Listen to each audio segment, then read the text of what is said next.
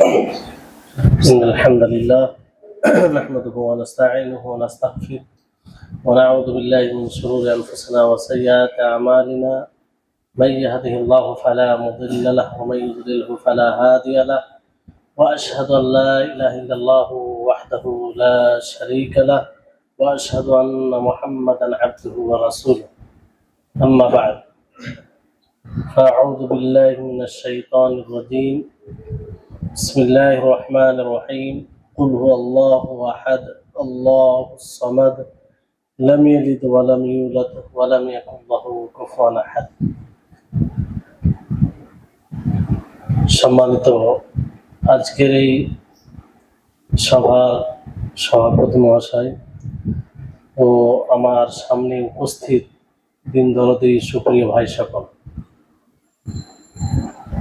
আল্লাহ তাবারক ওয়া তাআলার অশেষ মেহেরবানি, তার দয়া যে আমরা এত লোকের মাঝে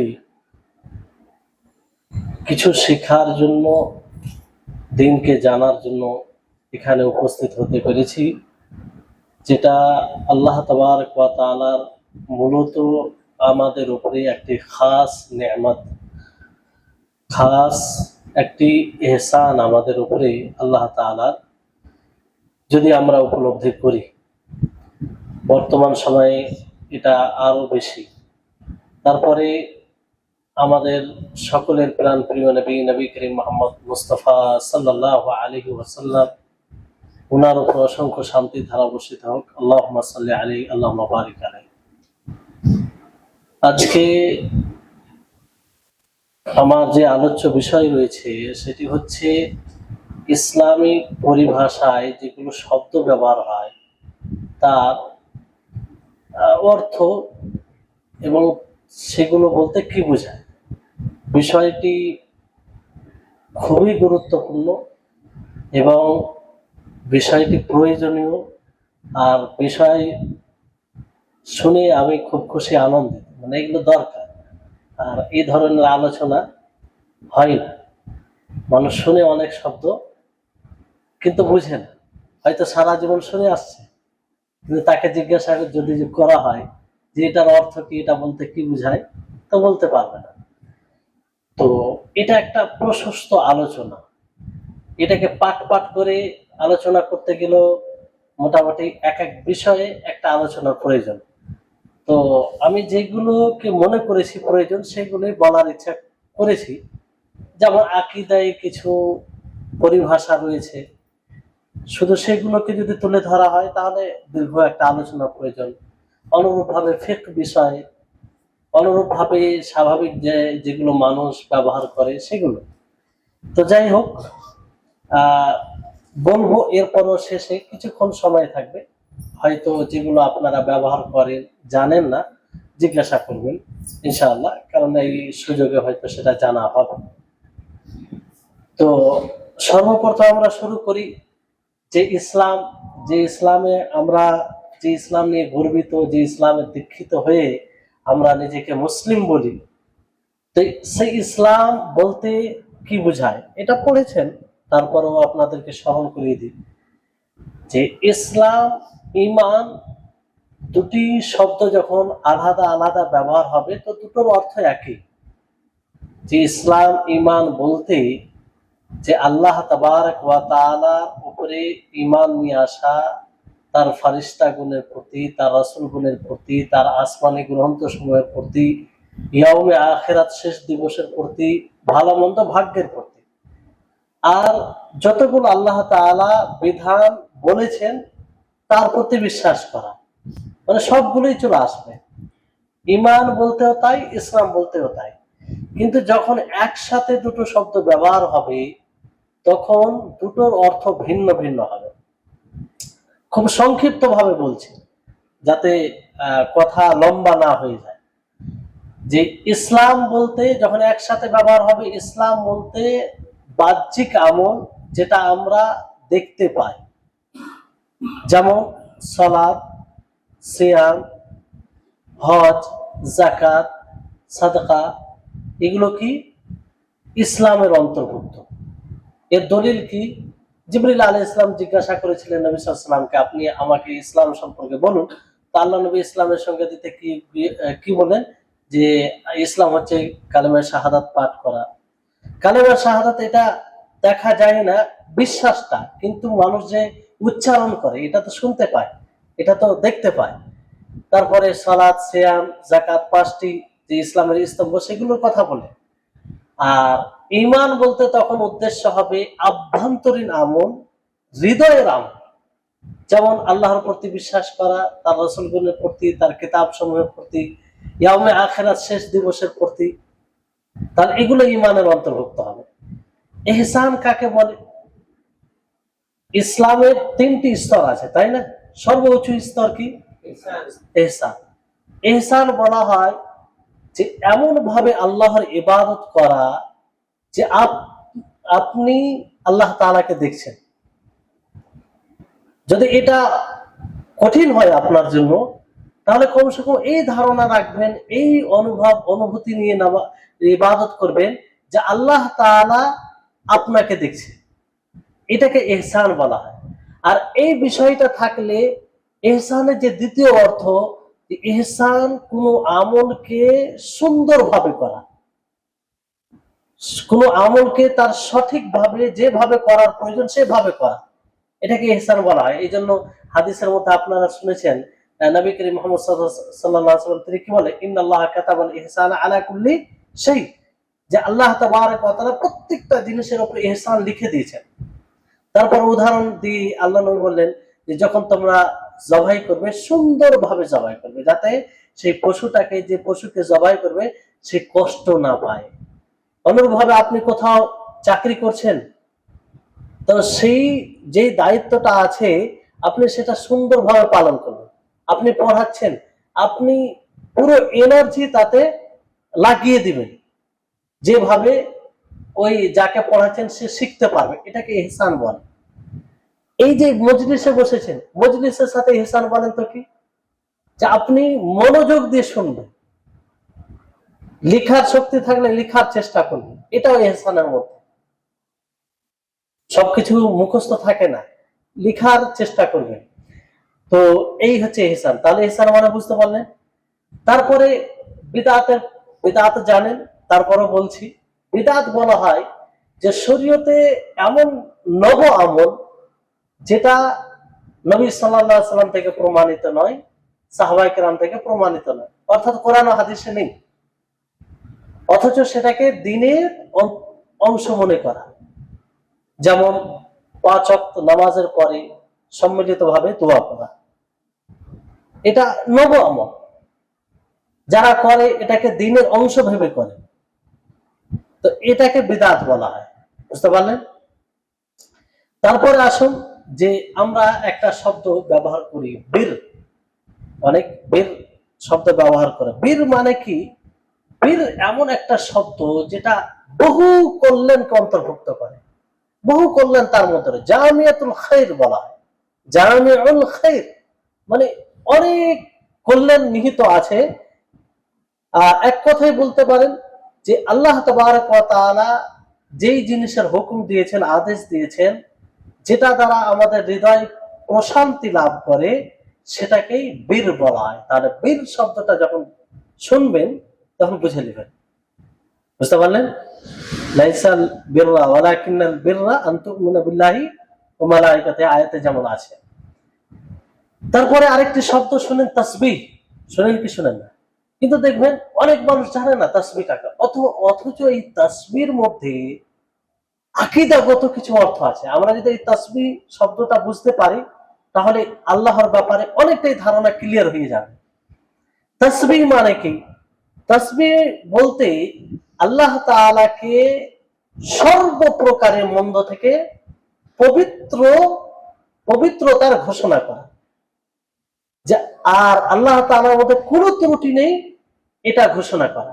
অর্থাৎ আল্লাহ তাআলার মধ্যে কোনো প্রকারের মন্দ নেই, কোনো প্রকারের ত্রুটি নেই, কোনো প্রকারের খুঁত নেই।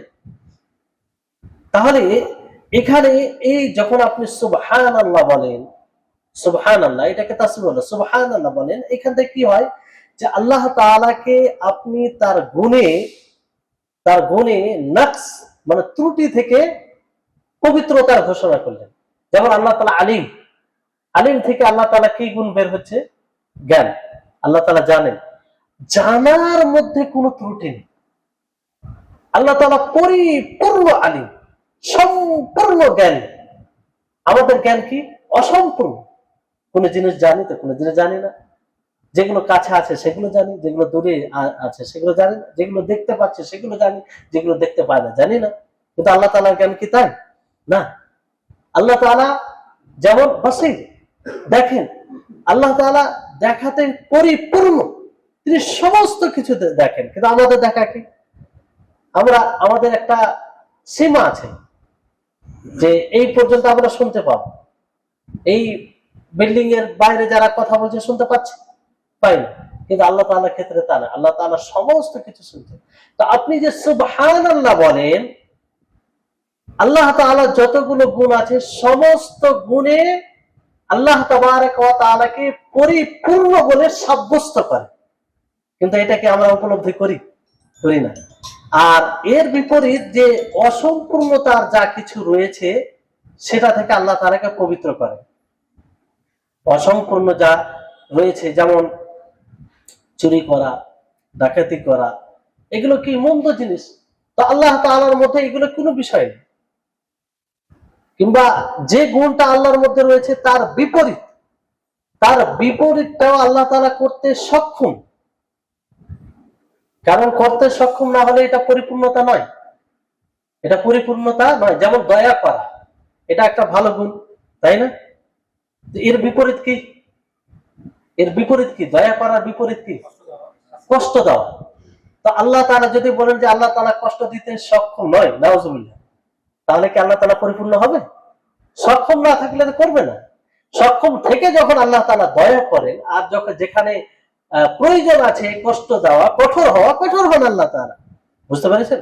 তাহলে এই সুবহানাল্লাহর মধ্যে তাসবিহ বর্ণনা করতে গিয়ে এই কথাগুলো, এই অর্থগুলো চলে আসে। তাহলে তাসবিহ যখন বলবো তখন মানে এবার থেকে বুঝতে পারলেন তাসবিহ অর্থ কি? বুঝতে পেরেছেন? জিজ্ঞাসা করবো কিন্তু পরে, ঠিক আছে? আর বুঝতে না পারলে বলবেন, সমস্যা নেই, এখানে আপনারা আছেন, কোনো সমস্যা নেই, ক্লাসের মতো মনে করেন। তারপরে আপনার তাওহীদুল আসমা ওয়াস সিফাত, যেগুলো শুনেছেন আলোচনা, তারপরও বলছি যে তাওহীদুল আসমা ওয়াস সিফাত, আল্লাহ তাবারক ওয়া তাআলা এর অর্থ কি? এটা বলতে কি বোঝায়? যে আল্লাহ তাআলার যতগুলো নাম রয়েছে এবং যতগুলো গুণ রয়েছে, আল্লাহ তাআলার কিতাবে তিনি যা নিজের ব্যাপারে যে গুণগুলো বর্ণনা করেছেন আল্লাহ তাআলা, কোরআনে আছে বলে আল্লাহ তাআলা নিজে বর্ণনা করেছেন। আর রাসূল সাল্লাল্লাহু আলাইহি ওয়াসাল্লাম তার হাদিসে রাসূল বলেছেন, হাদিসে আছে বলে রাসূল সাল্লাল্লাহু আলাইহি ওয়াসাল্লাম আল্লাহ তাআলার ব্যাপারে ওই গুণ বর্ণনা করেছেন। তো যা কোরআনে এসেছে এবং হাদিসে এসেছে আল্লাহ তাআলা গুণের ব্যাপারে ও নামের ব্যাপারে, তাতে আল্লাহ তাআলাকে একক মনে করা। কি মনে করে? একক মনে করা। যেমন আল্লাহ তাআলা আর রহমান, এটা কোরআন দ্বারা সাব্যস্ত, প্রমাণিত। তো আল্লাহ তাআলাকেই রহমান মনে করে। বুঝতে পেরেছেন? যেমন আল্লাহ তাআলা ক্ষমা করেন, এটা কোরআন দ্বারা প্রমাণিত, রাসূল দ্বারাও প্রমাণিত, হাদিস দ্বারাও প্রমাণিত। তো যেভাবে আল্লাহ তাআলা ক্ষমা করেন, ওইভাবে কোন মাখলুকই ক্ষমা করেন না। কারণ আল্লাহ তাআলার গুণে কেউ ওই সমতুল্য নাই, ওই সাদৃশ্য কারো গুণ নয়। বুঝতে পারলেন? তাহলে এটা তাওহীদুল আসমা ওয়াস সিফাত, মানে আপনি আল্লাহ তাআলার যে কোনো গুণ যখন কোরআন হাদিস দ্বারা জানতে পারবেন, নাম জানতে পারবেন, তো পরিবর্তন ছাড়াই তার উপরে ঈমান নিয়ে আসবেন। কোন ধরন বর্ণনা করা ছাড়াই আপনি তার উপরে ঈমান নিয়ে আসবেন, বিকৃত করা ছাড়াই ঈমান নিয়ে আসবেন। যেমন আল্লাহ তাআলার কি আছে? পা আছে, এটা প্রমাণিত।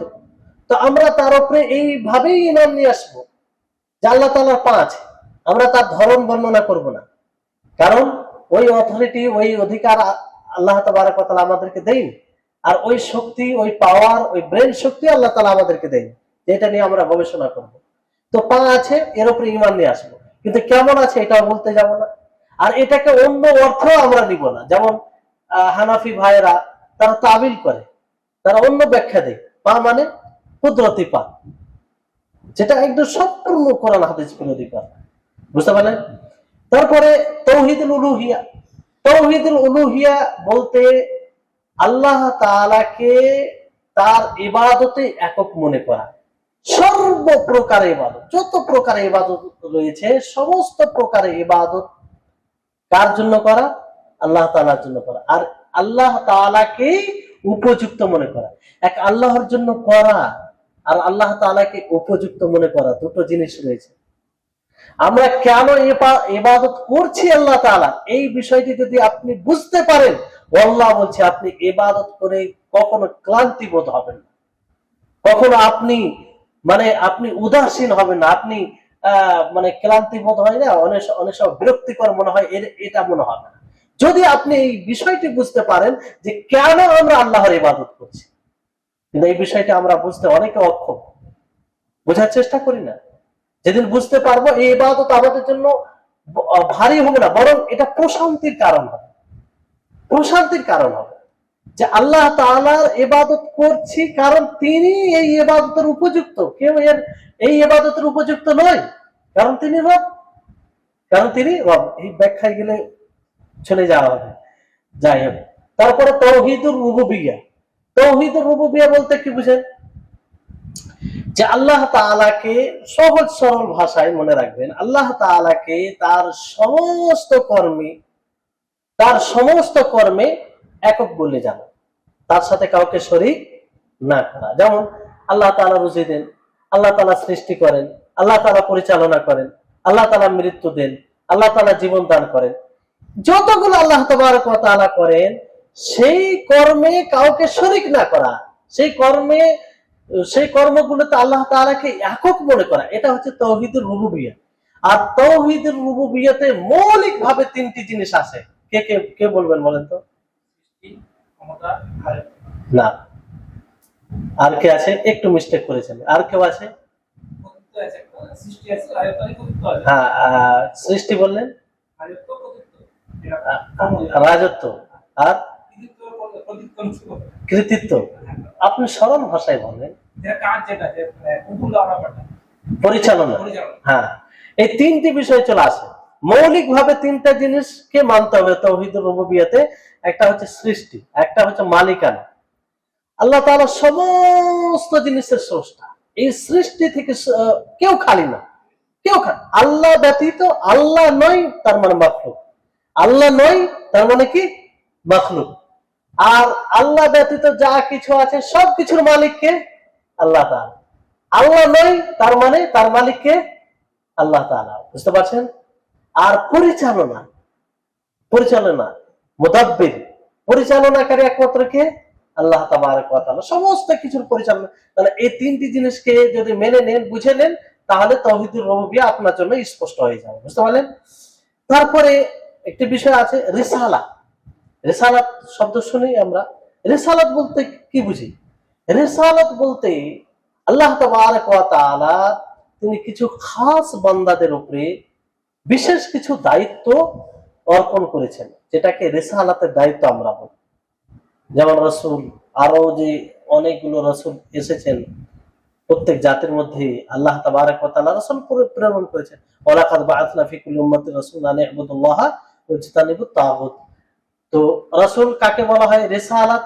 রিসালাত ওই দায়িত্বকে আল্লাহ তাবারক ওয়া তাআলার পক্ষ থেকে, যে এই এক বিশেষ দায়িত্ব যে আল্লাহ তাআলার ওহী হয়, সেই ওহীকে তারা মানুষের নিকটে পৌঁছে দেয়, এটাকে কি বলা হয়? রিসালাত। এটাকে কি বলা হয়? রিসালাত। সালাফ একটি শব্দ বারবার শুনেন, সালাফ। ওই জন্য অনেকে বলে যে এরা নতুন একটা শব্দ শুরু করেছে, সালাফ। সালাফ কোরআন হাদিস এদের জ্ঞান নেই, সালাফের কথা শুধু বলে। কিন্তু সালাফ কাকে বলে এটা তো জানতে হবে। সালাফ কাকে বলে? সালাফ বলা হয় যে সালাফ সাহাবায়ে কেরাম রিজওয়ানুল্লাহি আলাইহিম আজমাইনকে বলা হয়, তাবেঈনকে বলা হয়। এক কথায় হেদায়েতের যারা ইমাম, যারা বিগত দিনে বিশেষ জ্ঞান রেখেছেন আর ওই অনুযায়ী চলেছেন, তাদেরকে সালাফ বলা হয়। এক কথায় যাদের ইলমের সাক্ষী দুনিয়া দিয়েছে, মানুষ দিয়েছে, যে সে বড় জ্ঞানী, তার কাছে জ্ঞান নিয়েছে মানুষ। এটা আম ভাবে সালাফের অর্থ। এই জন্য সালাফকে দুই ভাবে অর্থ তার বলা হয়েছে, দুই অর্থ দুই অ্যাঙ্গেলে, একটা সময় হিসাবে আর একটা গুণ হিসাবে। সময় হিসাবে যখন বলবো তার মধ্যে আসলে সাহাবায়ে কেরাম রিজওয়ানুল্লাহ আলাইহিম আজমাইন, তাবেঈন, তাবেঈন, বুঝতে পারলেন?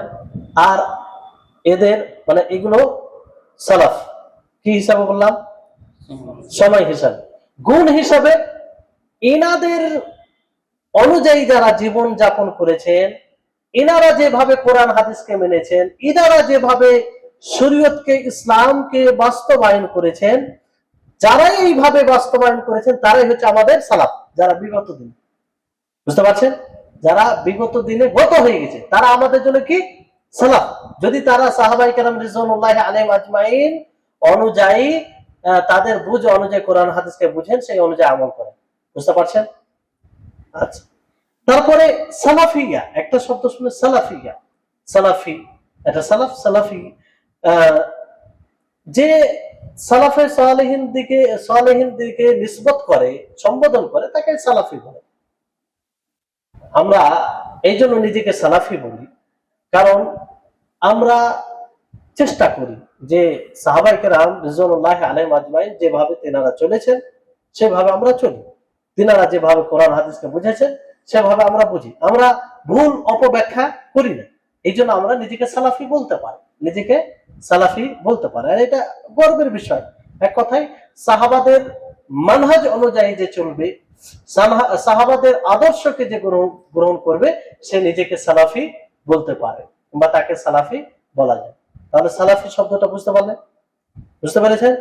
ভালো করে শুনতে হবে, এগুলো হয়তো অনেকের বুঝতে অসুবিধা হতে পারে, কিন্তু ইনশাআল্লাহ এক অপরকে জিজ্ঞাসা করে এটা ক্লিয়ার করে নেবেন। শিরক, একটা শব্দ শুনেন, শিরক। অনেকেই জানেন যে শিরক কাকে বলে। শিরক বলা হয় যে আপনি সেরকম ভাবেই কোন মাখলুকের ইবাদত করবেন যেভাবে রবের ইবাদত করে। আপনি রবের যেভাবে ইবাদত করেন সেভাবে অন্য কারো ইবাদত করবেন, এটাকে শিরক বলা হয়। ইবাদতের কোন প্রকারে অন্য কাউকে শরীক করা, যেমন দোয়া একটি ইবাদত, তাই না? দোয়া কার কাছে করতে হবে? আল্লাহ তাআলার কাছে। কেউ যদি কোনো মাখলুকের কাছে করে, কোনো পীরের কাছে, আর কারো কাছে করে, তাহলে এটা কি হবে? শিরক হবে। এটা কি হবে? শিরক হবে। এইভাবে একটা উদাহরণ, মানে এইভাবে যতগুলো ইবাদত রয়েছে, যে বিষয়ের উপর সাব্যস্ত হয়ে যাবে এটা ইবাদত, আর ওই ইবাদতকে অন্য কারো দিকে ফিরিয়ে দেওয়া, এটাই হচ্ছে শিরক। এটা কি? শিরক। এবার যেমন মানে খালিস শিরক বলতে পারেন, মূর্তির পূজা করা, এগুলো শিরকের মধ্যে পড়ে। কোন ইবাদত এমন জিনিস আছে যেটা আল্লাহর জন্য করা কিন্তু আপনি অন্য কারোর জন্য করছেন, এটা শিরকের মধ্যে পড়বে। যেমন আল্লাহ তাআলাকে যেই মতো ভালোবাসা, আপনি অন্য কাউকে ভালোবাসছেন, এই মহাব্বতে অনেকজন শিরক করে। এই জন্য আমাদের মাঝে মুশরিকের সংখ্যা কম নয়, মুশরিকের সংখ্যা কম নেই, মহাব্বতে শিরক হয়, আর এটা বড় ধরনের শিরক হয়। এগুলো আলোচনা করা দরকার, কারণ এগুলো অনেকে জানে না যে এখানে আমরা শিরক করছি, এখানে আমরা শিরক করছি। বিশেষভাবে আল্লাহ তাআলা ওই ব্যাপারে সতর্ক করেছেন। তারপরে শরিয়া, একটা শব্দ শুনুন, শরিয়া। শরিয়া বলতে কি বুঝেন? শরিয়া বলতে ওই সমস্ত আহকাম, বিধানকে বোঝায় যেগুলো আল্লাহ তাআলা মাশরু, বৈধ করেছেন বান্দাদের জন্য। কোরআনে অথবা রাসূলের মাধ্যমে হাদিসে তিনি মাশরু করেছেন, বৈধ করেছেন, কিংবা মানুষের জন্য নির্ধারণ করেছেন, সেটাকে শরিয়া বলে। ল, শরিয়া বলতে আম, ব্যাপক অর্থে, যে কোরআন ও হাদিসে যা কিছু আল্লাহ তাআলা নিয়ম কানুন বলেছেন সেটাই হচ্ছে শরিয়া, সেটাই হচ্ছে শরিয়া। আরেকটি শব্দ আপনারা শুনেন, শাইর। শুনেন কি শুনেন না? শাইর, ওমাই ইউআযিম শাআইরাল্লাহি ফাইন্নাহা মিন তাকওয়াল কুলুব, আয়াত আছে যে যারা আল্লাহ তাআলার শাইর, প্রতীক সমূহের সম্মান প্রদর্শন করে, তো মূলত এটা হৃদয়ের তাকওয়ার পরিচয়। তো শাইর বলতে কি?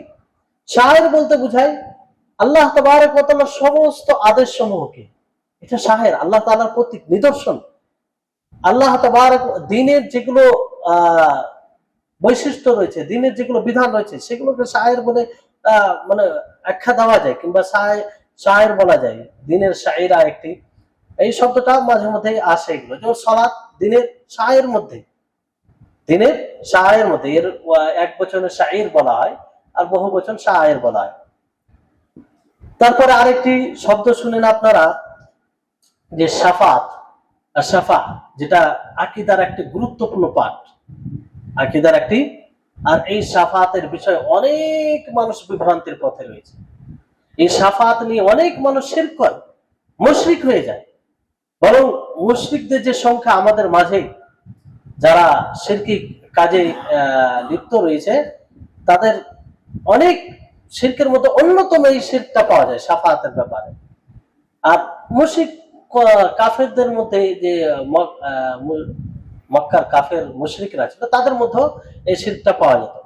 তো এই শাফাত কাকে বলে?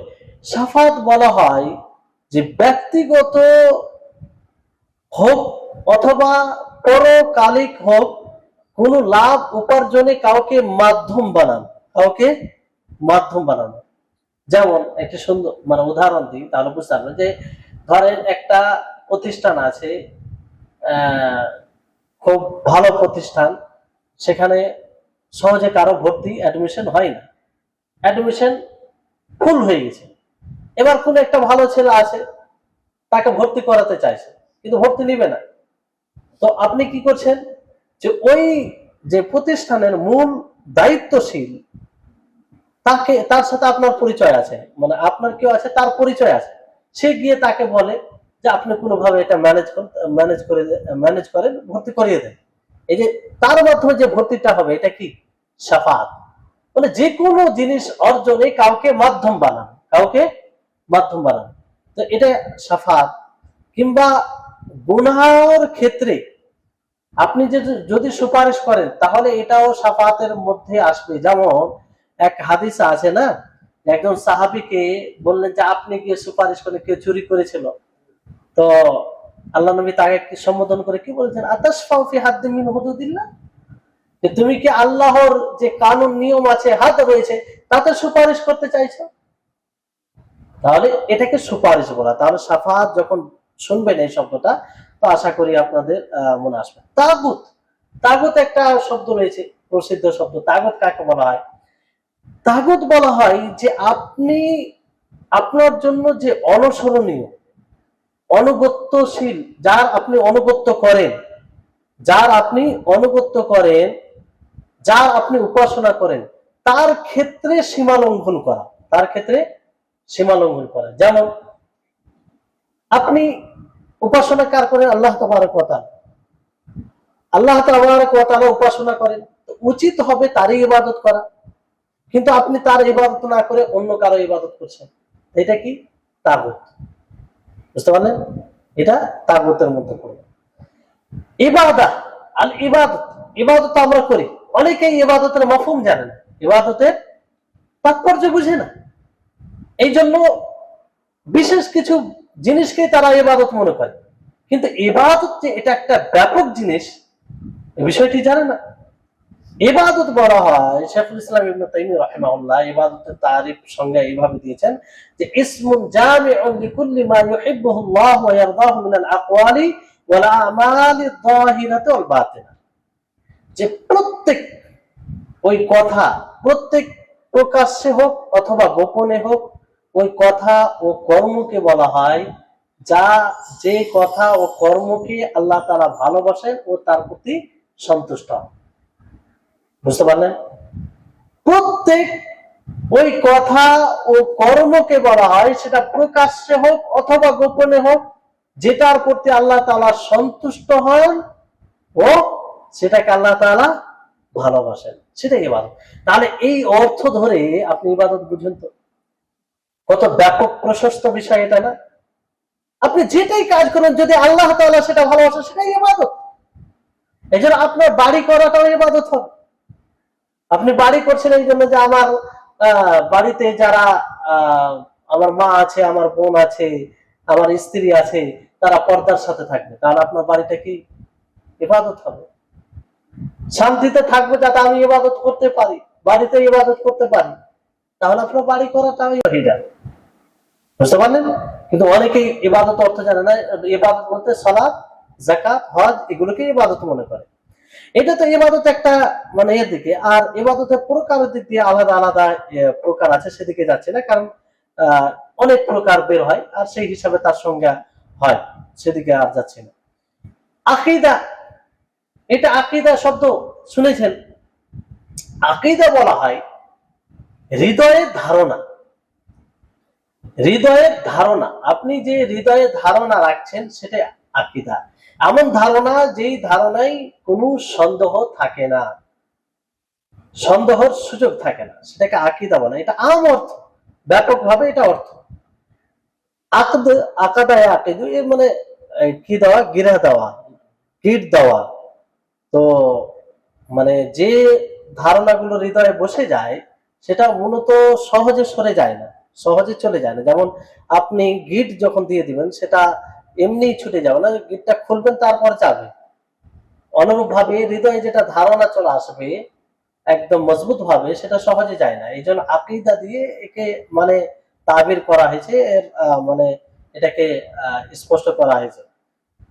আর যখন আকীদা ইসলামিয়া বলবেন, তখন আকীদা ইসলামিয়া বলতে কি, যে আল্লাহর উপরে ঈমান, আল্লাহর ব্যাপারে আকীদা, রাসূলের ব্যাপারে আকীদা, ইয়াউমুল আখিরাতের ব্যাপারে, আসমানি গ্রন্থসমূহের ব্যাপারে, জান্নাত, জাহান্নাম, কবর, বারজাখী জীবন, যতগুলো রয়েছে অদৃশ্য বিষয়, যেগুলো সবগুলো বিষয়ে ইসলামী ধারণা, যে ইসলামী ধারণা, যে কোরআন ও হাদিস যে ধারণাটা দিয়েছে সেই ধারণাটা রাখা, এটাকে কি বলা হয়? ইসলামী আকীদা। এটা খুব গুরুত্বপূর্ণ, এটার প্রতি আমাদের সকলকে গুরুত্ব দিতে হবে, বুঝতে পারলেন?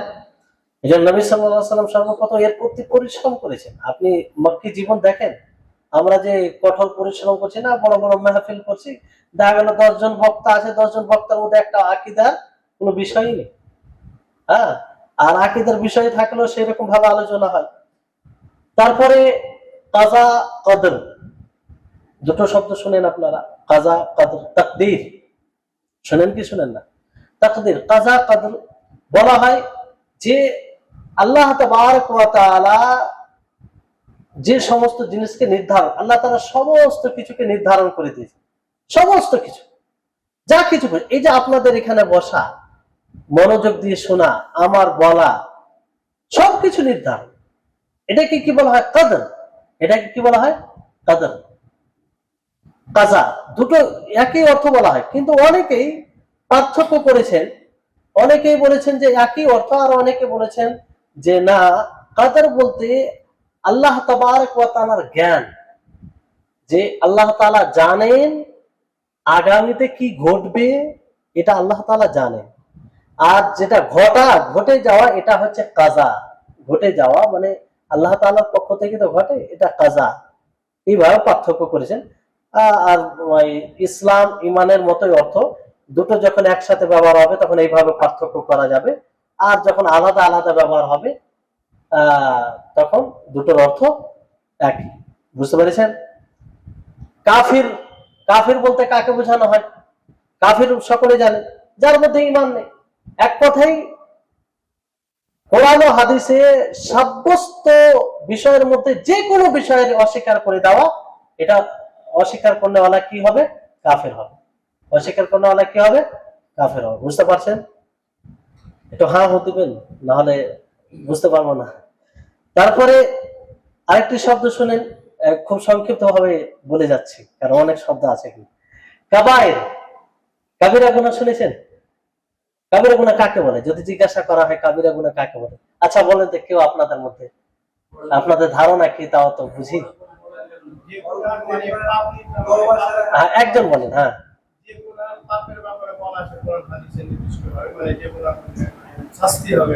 তার মানে আপনার ব্যাখ্যা অনুযায়ী, সংজ্ঞা অনুযায়ী যেগুলো ছোট গুনাহ ওগুলো পাপের কথা বলা নেই।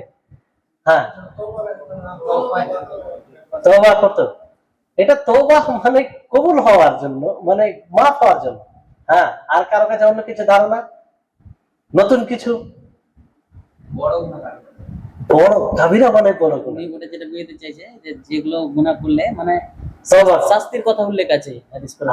এটা তো উল্লেখ করেনি না। ওটা বুঝে দিই। হ্যাঁ হ্যাঁ, এটাই হাজার, তাহলে সঠিক বলেছেন আহসান। যে কাবিরা গুনাহ বলা হয় যে গুনহার ব্যাপারে আল্লাহ তাআলা শাস্তির কথা বলেছেন, আল্লাহ তাআলা ধমক দিয়েছেন, আল্লাহ তাআলা জাহান্নামের কথা বলেছেন, এটাকে কাবিরা গুনাহ বলা হয়। বুঝতে পারলেন? তো এই হচ্ছে কাবিরা। তারপরে মুশরিক, কাফির বুঝে নিলেন। কুফর, কুফর বলতে এটাই যে দিনের কোনো মানে স্পষ্ট বিষয়কে অস্বীকার করে দেওয়া, এটাই কুফর। এটাই কি? কুফর।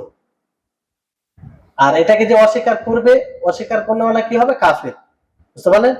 আর শিরক যেটা সংজ্ঞা জানলেন, যে আপনি অন্য কারো এমন ভাবে ইবাদত করবেন যেমন আল্লাহর ইবাদত করেন, কিংবা কোন ইবাদতে আল্লাহর সাথে অন্য কাউকে শরীক করে দেওয়া, এটা শিরক। যে করবে সে কি হবে? মুশরিক। সে কি হবে? মুশরিক। তাহলে কাফির ও মুশরিকের মধ্যে পার্থক্য। অনেক সময় ওলামাগণ মক্কার কাফির, মক্কার মুশরিক বলে কি বলে না? তো মক্কায় যেগুলো ছিল বেশিরভাগ মুশরিক ছিল, কাফেরের সংখ্যা খুবই কম ছিল, কিন্তু ওদেরকে কখনো কাফের বলা হয়। এই জন্য যখন আলাদা আলাদা বলা হবে তো কাফের মুশরিক একই। কাফের মুশরিক একই। কাফের বলতে যাই মানে যা উদ্দেশ্য হবে, মুশরিক বলতেও তাই উদ্দেশ্য হবে।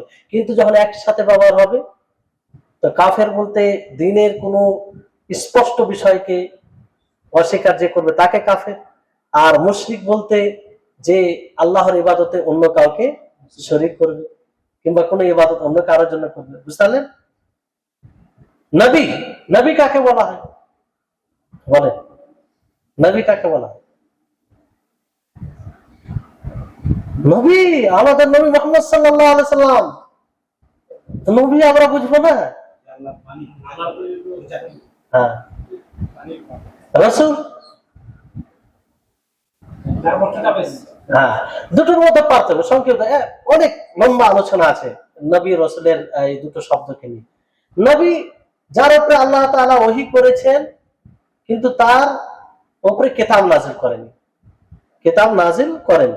রাসূল যার উপর আল্লাহ তাআলা ওহী করেছেন, কিতাব নাযিল করেছেন, আর তার তাবলীগেরও হুকুম দিয়েছেন।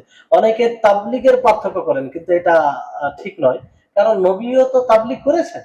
করেছেন কি করেন? তো এই হচ্ছে নবী রাসূল। নিফাক, আল্লাহ তাআলা আমাদের সকলকে এই নিফাক থেকে হেফাজত করুন। নিফাক কাকে বলে? নিফাক বলা হয় যে ইসলামকে, বাহ্যিকভাবে ইসলামকে প্রকাশ করা আর কুফরকে ছুপিয়ে রাখা। বুঝতে পারলেন? এটাকে নিফাক বলা হয়। যেমন মুনাফিককে, নিফাক যার মধ্যে থাকবে সেই মুনাফিক, নিফাক যার মধ্যে থাকবে সেই। এই জন্য অনেকের মধ্যে প্রশ্ন জাগতে পারে, মনে হয় প্রশ্ন চলে এসেছে না জানি না, কিন্তু প্রশ্ন আসতে পারে। কিরকম? অনেক সময় বলে যে আয়াতুল মুনাফিকি সালাসুন, মুনাফিকের আলামত তিনটি। কোন জায়গায় চারটি বলেছেন? যার মধ্যে চারটি আলামত পাওয়া যাবে সে পাক্কা মুনাফিক হবে। হ্যাঁ, এইভাবে মানে অর্থ তার দাঁড়াবে, মানে খালিস মুনাফিক, পাক্কা মুনাফিক হবে। কি? একটা মিথ্যা কথা বলা, একটা ওয়াদা খেলাফি করা, যখন তর্ক বিতর্ক হবে গালিগুলোজ করা, আমানতের খেয়ানত করা। তাহলে কেউ যদি মিথ্যা কথা বলে তাহলে পাক্কা মুনাফিক হয়ে গেল। হ্যাঁ, তাহলে ছোট মুনাফিক আর বড় মুনাফিক।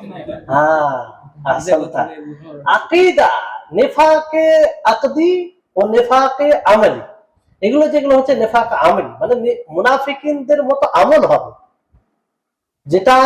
যেটাতে মানে ইন্নাল মুনাফিকিনা ফি দারকিল আসফালি মিনান নার, যে মুনাফিকিনরা জাহান্নামের সর্বনিম্নে একদম তাদের স্থান হবে, ওটা হচ্ছে নিফাকে আকদি, আকীদাগত। হ্যাঁ, আকীদাগত যেটা। আর আমলের দিক দিয়ে অবশ্যই শাস্তি পাবে, কিন্তু ওই রকম নয়। বুঝতে পারলেন? আরেকটি শব্দ শুনেন, ওয়ারা। শুনেছেন কি শুনেন না? ওয়ারা এই শব্দটা কম ব্যবহার হয়, তাহলে এটা করবো না, কারণ অনেক শব্দ আছে। ফাসিক, যেগুলো সমাজে চলে সেগুলো বুঝি। ফাসিক শুনেছেন কি শুনেন না? ফাসিক মানে কি? হ্যাঁ, ফাসিক এর অর্থ কি? কেন ফাসিক বলা হয়? ফাসিকের জন্য বলা হয়, ফাসিকের ফাসাকা ইয়াফসুকু এর অর্থ হচ্ছে যা আল্লাহ মানে বের হয়ে যায়, আল্লাহর ইতাআত থেকে, আল্লাহর অনুসরণ থেকে বের হয়ে যায়, এই জন্য ফাসিক বলা হয়। কি বলা হয়? যে কবিরা গুনাহ করে, বড় গুনাহ করে, প্রকাশ্য ভাবে গুনাহ করে কি হয়? আল্লাহর ইতাআত থেকে বের হয়ে যায়, ফলে তাকে কি বলা হয়? ফাসিক। আর একটা শব্দ ফাজির বলা হয়, মানে ওটা প্রকাশ্য ভাবে গুনাহ করা, এটাই ফাজির। নজর মানত করা, নজর মানত করা মানে কি? যে কোনো মুসলিমের এমন জিনিসকে নিজের উপরে জরুরি করে নেওয়া যেটা তার উপরে আল্লাহ তাআলা বাধ্য করেন। নজর মানত করা, কোন মুসলিমের নিজের উপরে এমন কোন জিনিসকে জরুরি করে নেওয়া, ওয়াজিব মনে করা, যেটা আল্লাহ তাআলা তার উপরে জরুরি করেননি। যেমন আমি যদি পরীক্ষায় ফার্স্ট ডিভিশন নিয়ে আসতে পারি, তাহলে 10টি মিসকিনকে খাওয়াবো। এটা কি আল্লাহ তাআলা ফরজ করেছেন? করেন, কিন্তু সে নিজের উপরে ফরজ করে নিল। যদি হয়ে যায়, তার উদ্দেশ্য পূর্ণ হয়ে যায়, তাহলে তাকে করতে হবে। এটাকে কি বলে? নজর মানব, যেটাকে বলে।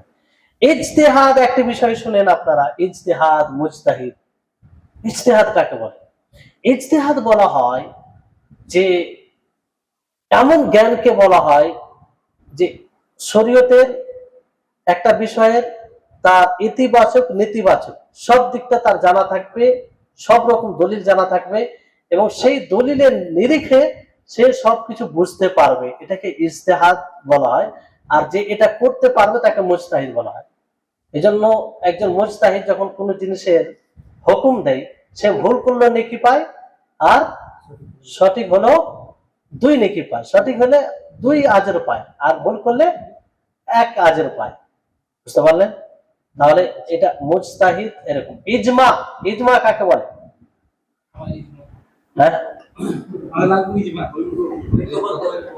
হ্যাঁ, ঐক্যবদ্ধ সমাবেশ। ইজমা বলা হয় যে কোনো বিষয়ের উপরে সকল ওলামাদের একমত হওয়া, সকল ওলামাদের মানে গ্রহণযোগ্য।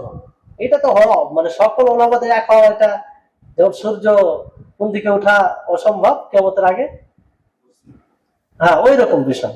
সকল ওলামা কোনো বিষয় এক হবে না। গ্রহণযোগ্য আলেম, যেনারা নির্ভরযোগ্য আলেম, তাদের কোন বিষয়ে এক হয়ে যাওয়া, এটাকে কি বলা হয়? ইজমা। ইজমা একটি দলিল। সর্বপ্রথম কি দলিল? কোরআন, তারপরে হাদিস, তারপরে কিয়াস, তারপরে কি?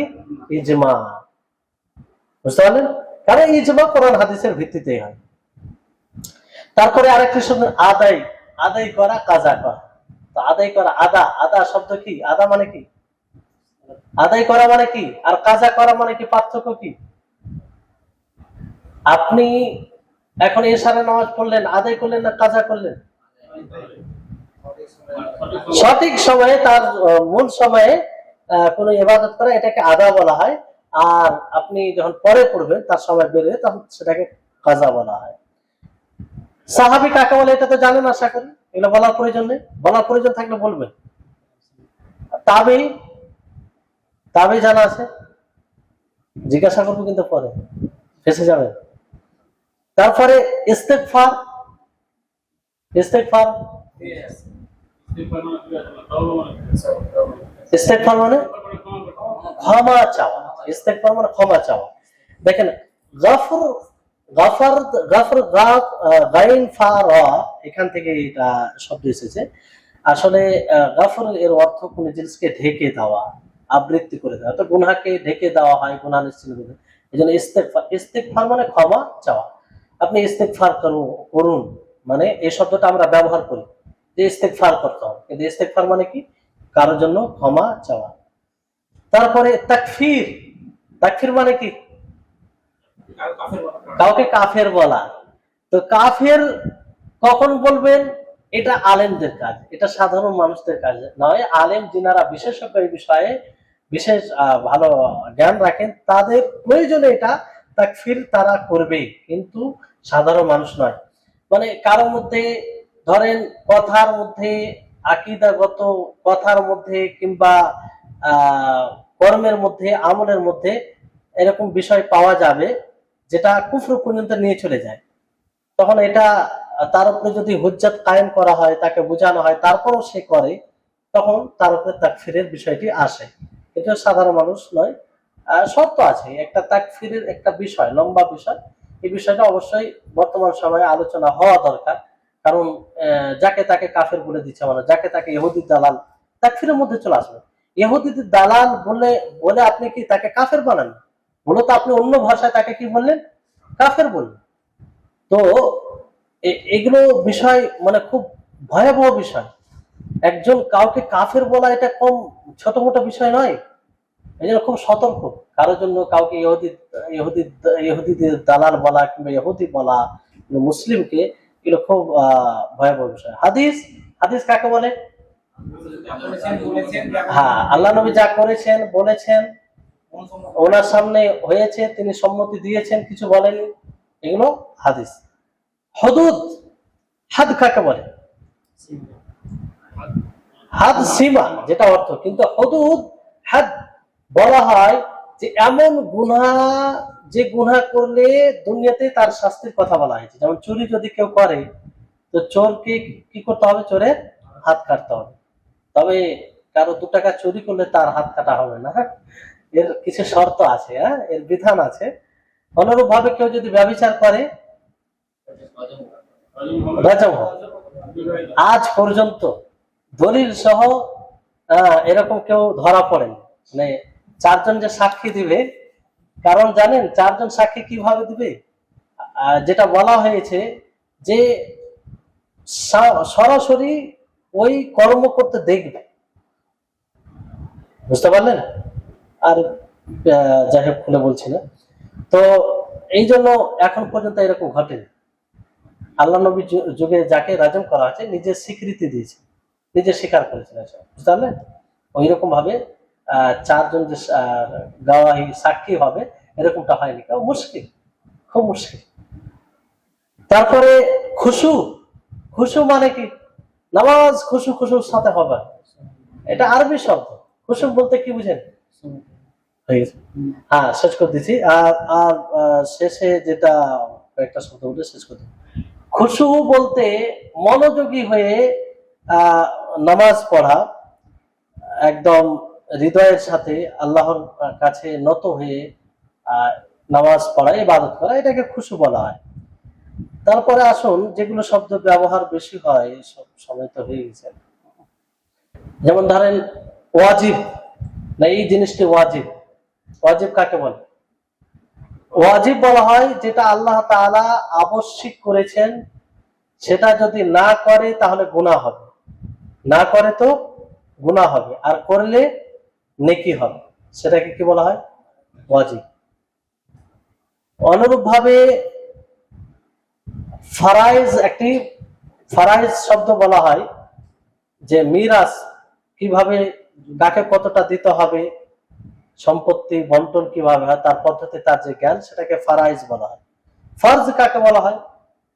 ওয়াজিব ফরজ দুটো এক, অধিকাংশ ওলামার নিকটে একই।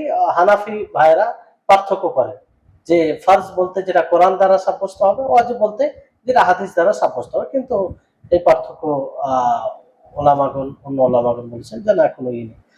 মুস্তাহাব, মুস্তাহাব, যে এই কাজটি মুস্তাহাব করতে হবে, শুনে কি শুনে না এই শব্দ?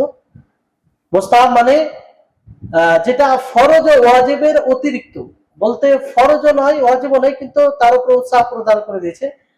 মানে শরীয়ত তার প্রতি উৎসাহ করেছেন যে করলে নেকি আছে, কিন্তু ওয়াজিব করেনি। মানে করলে নেকি আছে অধিক অধিক, কিন্তু না করলে গুনাহ নেই, সেটাকে মুস্তাহাব বলা হয়। মানদুব কাকে বলে? মানদুব বলা হয় যে করতে গেলে নেকি পাওয়া যাবে এমন ইবাদত কিংবা এমন কর্ম, যেটা করতে গেলে নেকি পাওয়া যাবে, কিন্তু ছেড়ে দিলে গুনাহ হবে না। বুঝতে পারলেন? গুনাহ হবে না। মুবাহ কাকে বলে? হ্যাঁ,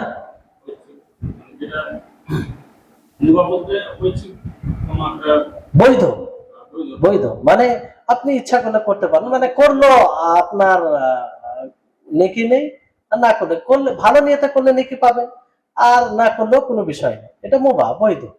হারাম, যেটা শরীয়ত সম্মতে মানে নিষেধ করা হয়েছে সেটাই হারাম। হালাল এগুলো সব জানে, শুনে শুনে অভ্যস্ত হয়ে গেছে, জানে যেটা অনুমতি, শরীয়তে অনুমতি দেওয়া হয়েছে জায়েজ সুন্নাহ। বললে সব না করলে কোনো গুণ নাই। তো সঙ্গে এটা কিভাবে দিবেন? যে নবী করিম মুহাম্মদ সাল্লাল্লাহু আলাইহি সাল্লামের এমন কর্ম, এমন তিনার কথা কর্ম যেটা করতে গেলে নেকি আছে কিন্তু ছেড়ে দিলে কোনো গুনাহ নেই, এটা সুন্নাহর মধ্যে পড়বে। যেমন সুনানে রাওয়াতিব, হ্যাঁ।